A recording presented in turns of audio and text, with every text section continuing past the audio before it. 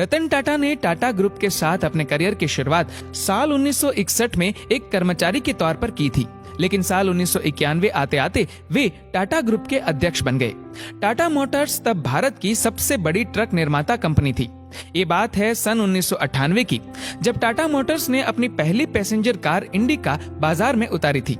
रतन टाटा ने अपने इस ड्रीम प्रोजेक्ट के लिए जी तोड़ मेहनत भी की, लेकिन इस कार को बाजार में उतना अच्छा रिस्पांस नहीं मिल पाया जितना उन्होंने सोचा था।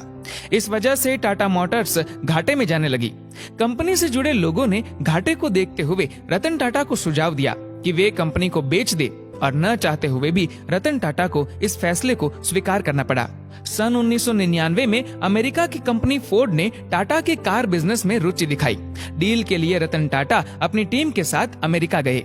रतन टाटा और फोर्ड कंपनी के मालिक बिल फोर्ड की बैठक कई घंटों तक चली।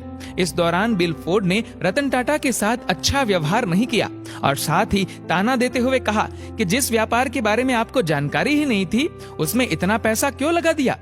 ये कंपनी खरीदकर हम आप पर एहसान कर रहे हैं। ये शब्द बिल फोर्ड के थे, लेकिन कभी ना साफ होने वाली स्याही से रतन टाटा के दिल और दिमाग पर छप गए। वे वहां से अपमान का घूंट पीकर इस डील को कैंसिल कर वापस चले आए। बिल फोर्ड का वह अपमानित करने वाला वाक्य उन्हें लगातार बेचैन कर रहा था और उनकी रातों की नींद उड़ी पड़ी थी। बस इसके बाद रतन टाटा ने निश्चय कर लिया कि वो अब इस कंपनी को किसी को नहीं बेचेंगे, और वे लग गए कंपनी को ऊंचाइयों पर पहुंचाने के काम में। इसके लिए उन्होंने एक रिसर्च टीम तैयार की, जिसने बाजार से जुड़ी सब स्टडीज की, और सभी की मेहनत और टाटा जी के जुनून के चलते भारतीय बाजार के साथ साथ विदेशों में भी टाटा इंडिका ने सफलता की नई ऊंचाइयों को छुआ। इसके साथ ही फोर्ड कंपनी के बुरे दिनों का दौर शुरू हो गया।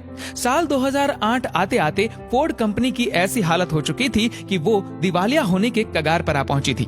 मौके की नजाकत को समझते हुए रतन टाटा ने बिल फोर्ड के आगे कंपनी की लग्जरी कार लैंड रोवर और जैगुआर बनाने वाली कंपनी JLR को खरीदने का प्रस्ताव रखा, जिसको फोर्ड ने स्वीकार भी कर लिया।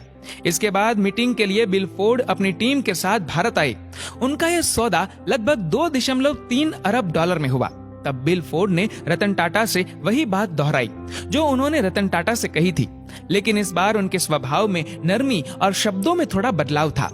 बिल फोर्ड के शब्द थे, आप हमारी कंपनी खरीदकर हम पर बहुत बड़ा एहसान कर रहे हैं।